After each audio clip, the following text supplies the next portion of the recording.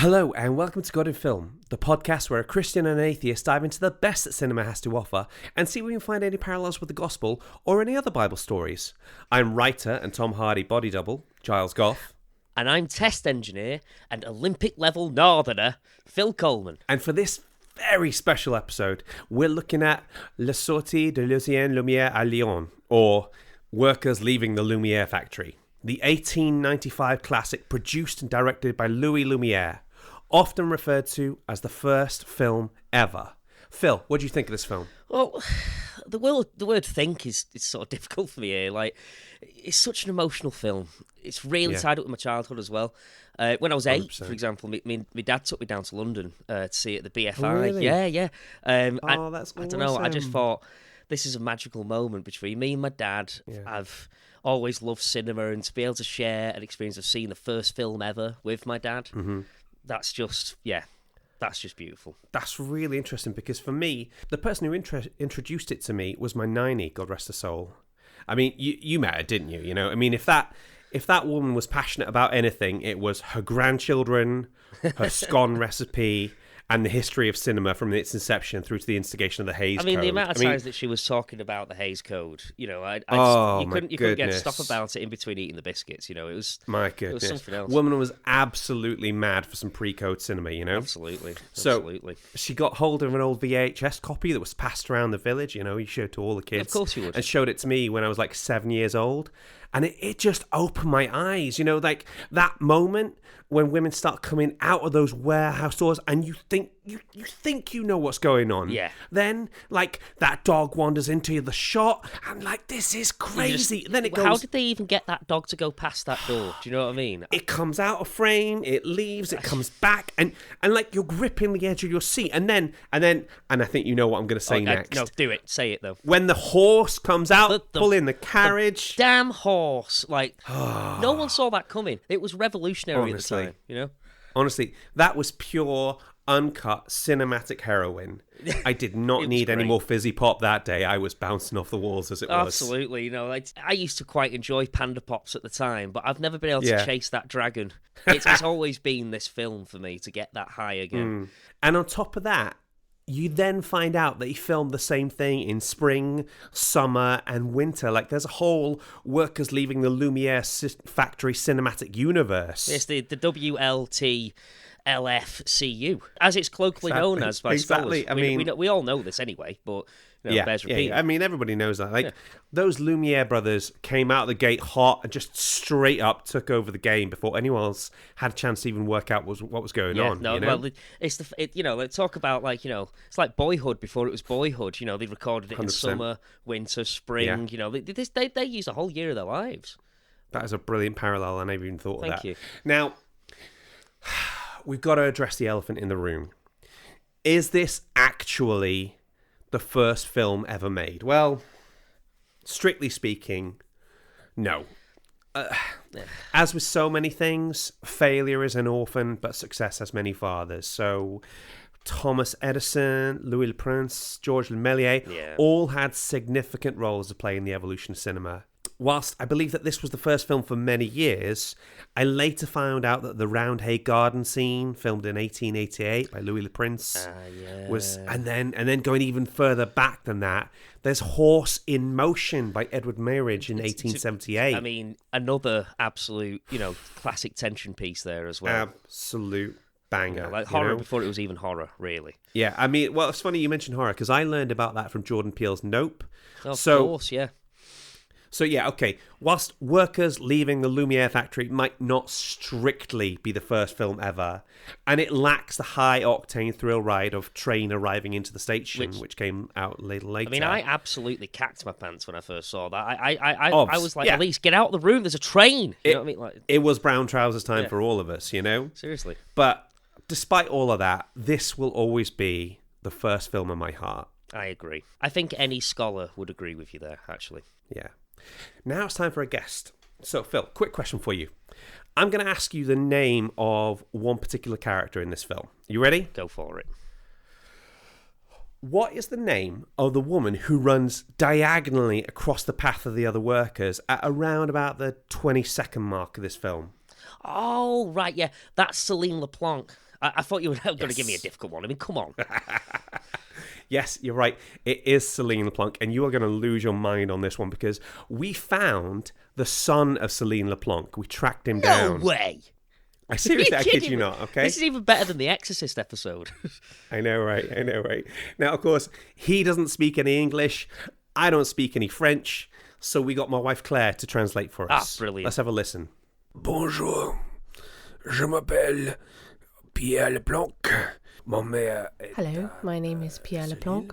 My mother was Celine Leblanc, who featured in the 1895 classic La Sortie de Lumière à Lyon. Pierre, thank you so much for joining us today. I cannot tell you how much we appreciate it. Let's get straight into it. What can you tell us about your mother's involvement in the making of this classic piece of cinema? Voulez-vous coucher avec moi? Well, for her, it was really quite a whirlwind. One day, she is just a simple factory girl working in the Lumière factory in Lyon. That's where she met my father, you know. When the filming actually happened, people paid very little attention. Monsieur Lumiere really wanted a veritas approach to his early phases of filmmaking. Also, literally no one had ever seen a film camera before, so they didn't really know what to do with it. Monsieur Louis shot the film in August 1894, but it wasn't screened to the public until 22nd of March 1895. But after that point, everything changed. Before she really knew what was happening, my mother was being hounded by paparazzi, all begging her to run diagonally across people's paths. It became her signature move. Eventually, the Lumiere brothers had to arrange for private transport for her to get to work in order for her to stop being mobbed by adoring fans and autograph hunters. Fantastic. Must have been a big transition. And I'm sure you get asked this all the time, but your mother just brings such a life and vivacity to the picture with that energetic little run she does. Did she ever tell you why she was in such a hurry? Actually,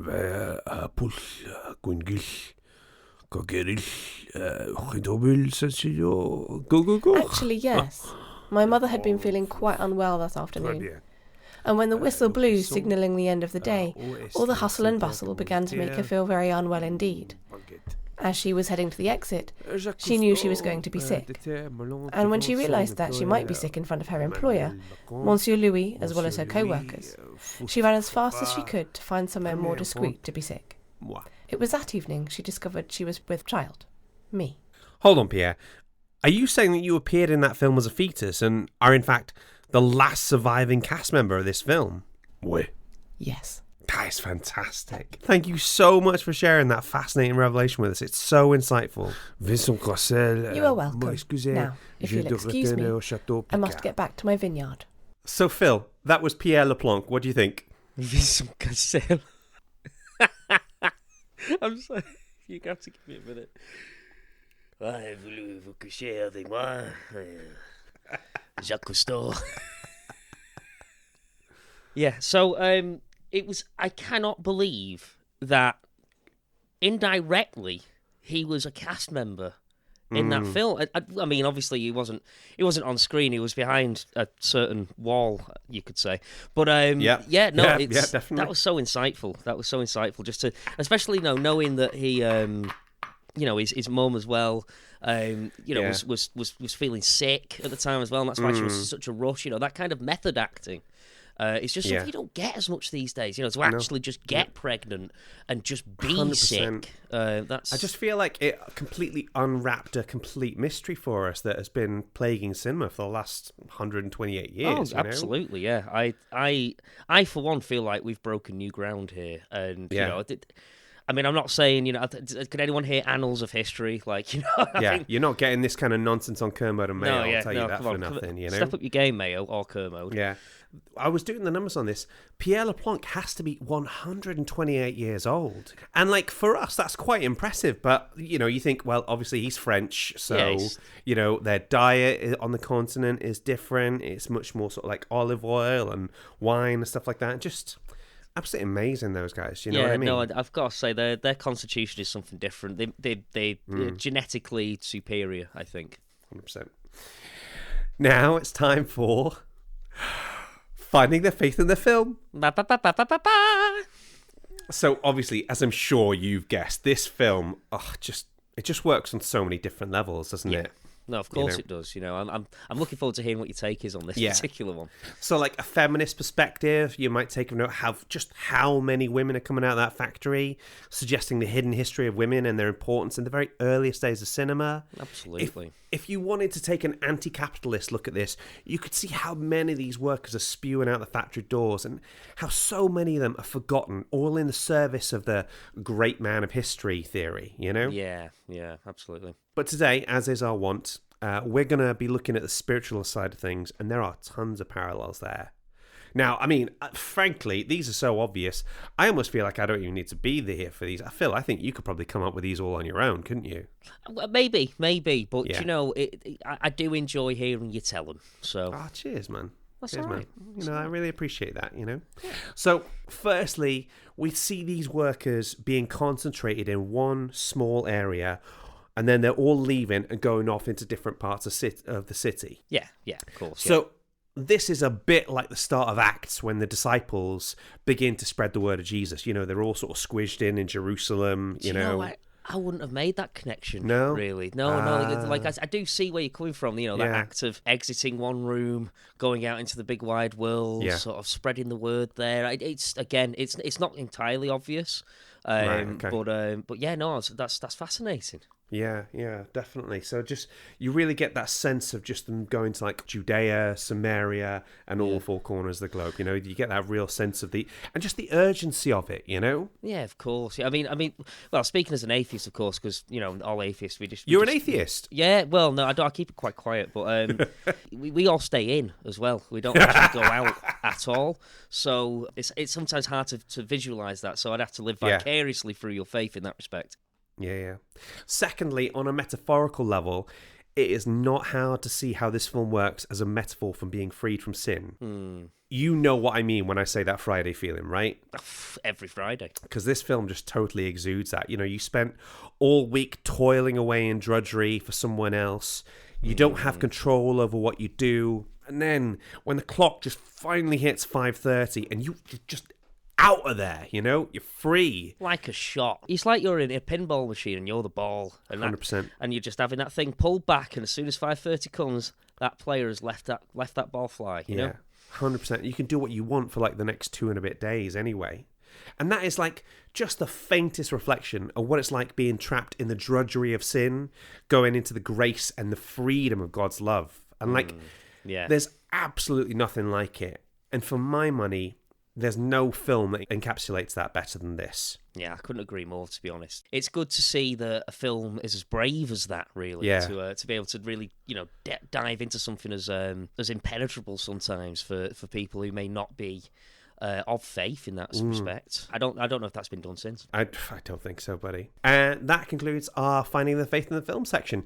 We have some reviews. Yay! I say reviews plural. It's more like reviews singular. Just the one then. Yeah, I don't want to bore people, We have a 5-star review from Dave from Tesco on Apple Podcasts. Oh, what a guy. He's going to go down in history for some of this stuff. Let's check this out. Good hosts, good takes, interesting to listen to, and my RS teacher features occasionally. If only they had named it Deus Ex Cinema. Oh well.